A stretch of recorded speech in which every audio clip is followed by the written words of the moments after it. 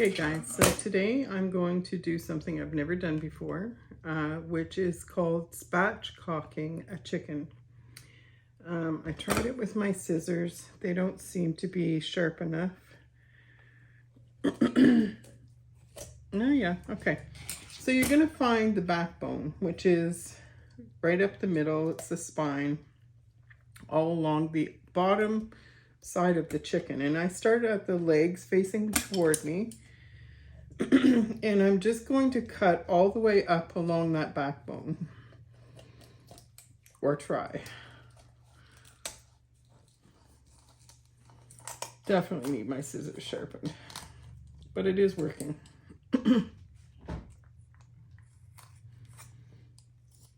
Okay, so there's the first cut made on one side, and I'm going to do the very same thing along the other side. And it's easy to know where to start because you've got that. My mom always called it the poke's nose. We'll just leave it at that. And you're just going to cut again up the other side. You're going to hear crunching. The purpose of doing the chicken this way, I'm actually going to grill it tonight for supper. And I don't know about you, but I do find often, you know, the breast, so there's the spine out of the chicken. I'm going to open it up. Anyway, I do find that the breast tends to get dry, and then the thigh often isn't done enough for me. And I'm hoping that doing it this way is going to make it cook more evenly. So I'm just gonna, because I've washed this chicken, I'm going to dry it all out on this side. I'm gonna flip it over, and there is still one thing left to do, and that is to separate the breastbone. So that it will lay flatter. I feel like I've got it. There. So that's the goal, is to get it to lay quite flat. Just gonna turn it. Make sure this bone is sort of cracked, because my arm is not the strongest. There.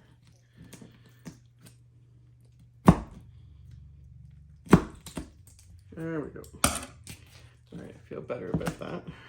Wipe it off again.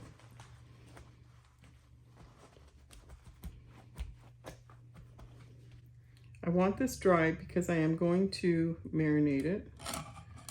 Cut off the extra fat. That is just going to make the barbecue catch on fire.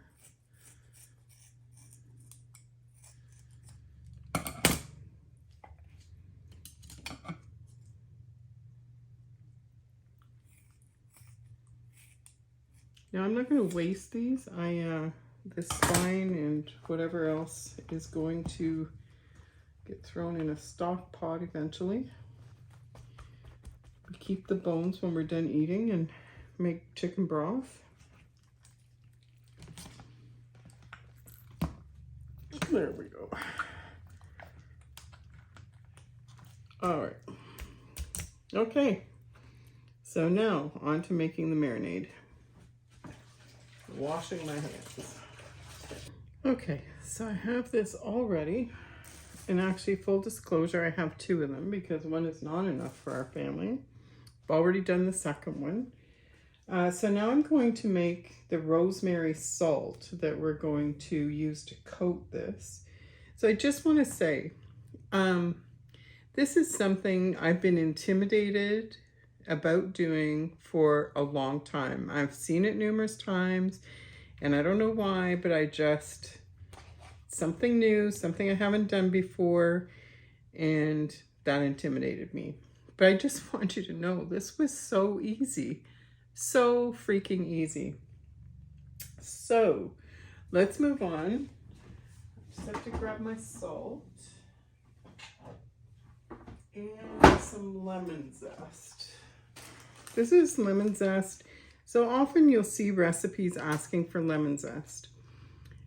I don't do it every time. I am working toward it. When I use a lemon, because I use a lot of lemon juice in things, and I like real lemon, not the fake stuff, I want to start zesting that lemon every time before I throw out the rinds, because I just left it out, sitting out to dry, and it dried beautifully. And so then when I need lemon zest, I've got it ready. Okay, so let's see what we need for this. So I need 3 tablespoons of rosemary. Now I'm going to put it in my my mortar and pestle. And this is fresh rosemary right out of my garden. Okay, so there's a little more than 3. I'm just going to put it all in. I can't tell you how much I have. This is my first year that I've really grown and used fresh herbs. And I don't know what it was. I always felt afraid to use them before fall when you would harvest the whole thing. And I think that's why I lost so many, because I wasn't using it, and I think it needs to get used in order to keep growing. So I've got rosemary. It's supposed to be 2 tablespoons a time. I don't think that's near enough, but that's all. I'm not going out to chop more right now. You just, go with what you have. And 1 tablespoon of kosher salt. I'm putting extra because I love salt. The zest of 1 lemon. I have no idea. That maybe is 1 lemon. We're going to go with that. Now I'll definitely have to do more. And 4 to 6 garlic cloves and a teaspoon of pepper.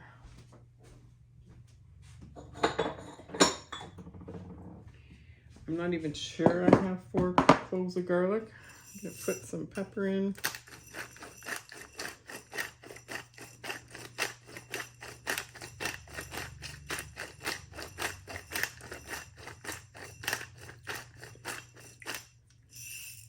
I'm also out of garlic powder, so oh yeah, I think I've got 4.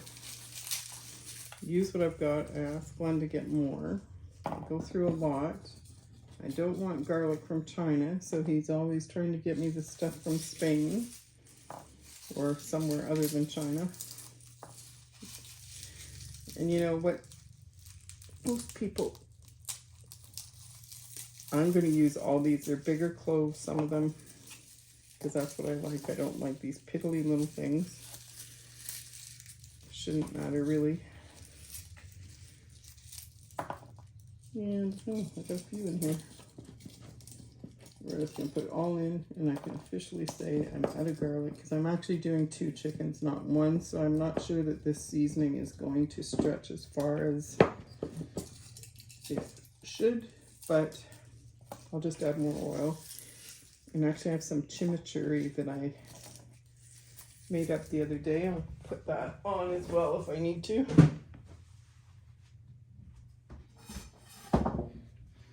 Okay. So I know this is probably obvious to everybody else but me. When you do your garlic, I was always putting it like this or whatever. Do it on its side. It actually still got some on the floor, but I tend to not have to chase it around as much in the kitchen, because I would put it on the rounded side, and inevitably when I went to smash it, it would pop out and fly all over the place.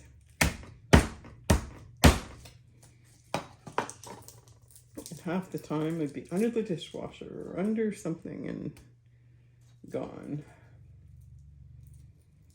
If anybody renovates here beyond what we're doing, you're going to find a lot of stuff. So, oh thank God the sun came back out.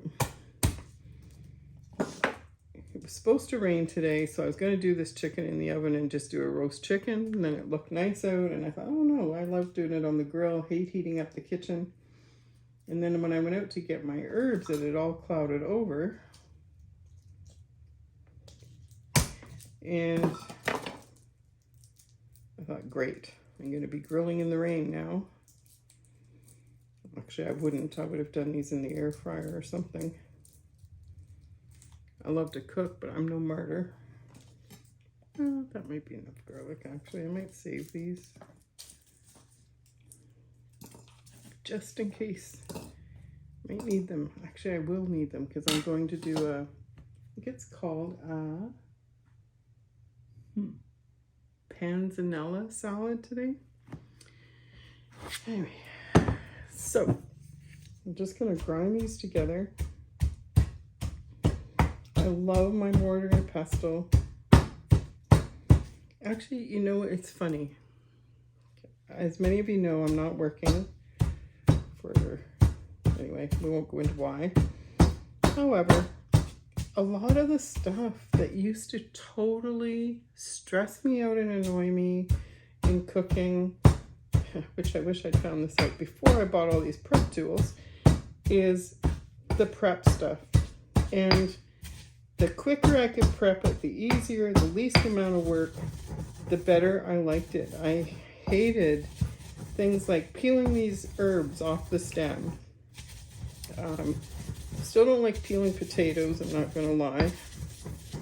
But cutting up vegetables, like slicing onions and chopping stuff, peppers, cucumbers, all those things, I resorted to using like all my new prep stuff that I got from Pampered Chef, and it saved my butt because honestly I was exhausted.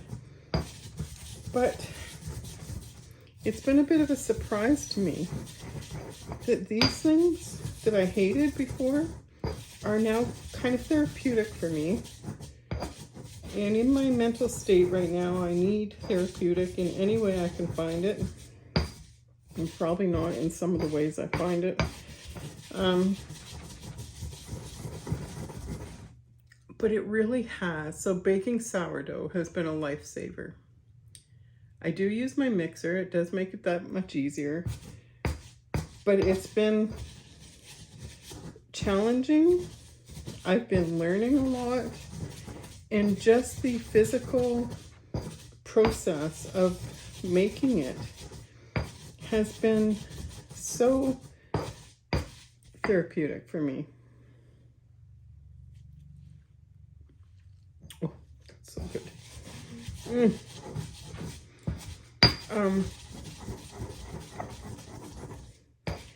And chopping vegetables, like I'll sit at the table because I can't stand for a long time. I'd injured my leg. It makes me a little bit limited, but honestly, just sitting there, chopping, thinking, watching stuff on my laptop while I do it. It's really, really been therapeutic for me. I'm not out of the woods yet. Just a couple days ago, I had something happen that really probably wasn't a big deal. Had a repairman come, struggling with our internet, and came, and honestly, like, my house is a disaster. It's not the way I would live.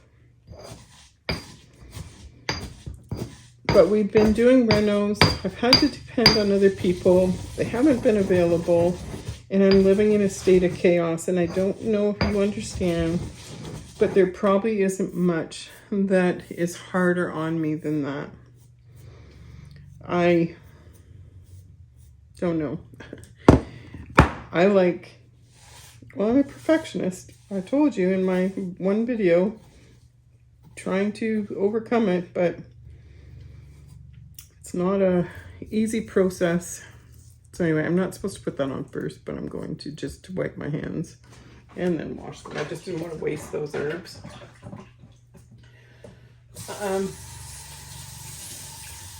It's been hard.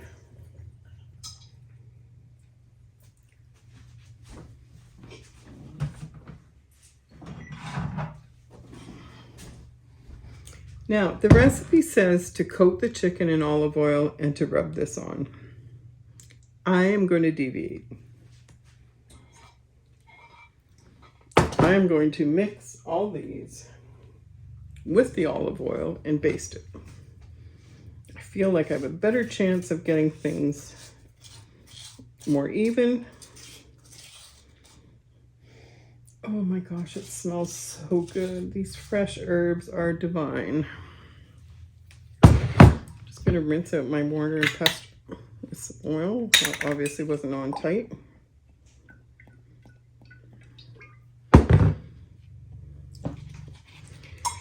So anyway, sorry. It's just been a challenge. And some days things, just even not a big thing, really like hit me and knocked me off kilter. And these kind of things that I've been doing in the kitchen, I'm telling you, if I hadn't had all this, I don't know where I'd be. If I was still above ground, I'd probably be in a loony bin. And I don't mean any disrespect to anybody by that, I'm sorry. Just mental health is not a joke. It's not something I've had to really deal with consistently. And this year has been brutal. And yet I'm finding things that truly are feeding my soul. Feeding my soul, and not in places I would have anticipated, because like I said, all these things, these piddly, peeling, chopping, all those things, I hated that and avoided it in any way I could. And to this day, I do not like peeling potatoes, but that's about the one thing now that I still get Glenn to do. He doesn't mind. Otherwise, we eat a lot of baked potatoes. Can't wait for the new potatoes, because you don't even have to worry about the skins on them.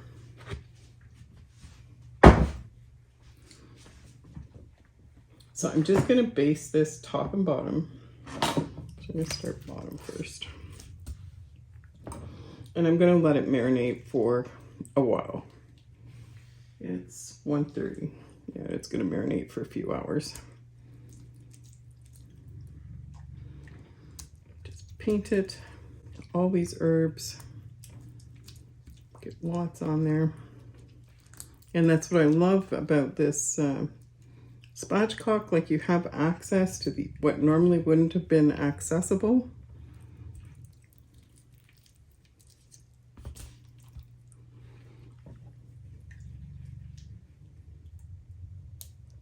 And I'm going to keep some of this back to baste while they're cooking, because I'm sure I'm going to lose some of it just letting it sit.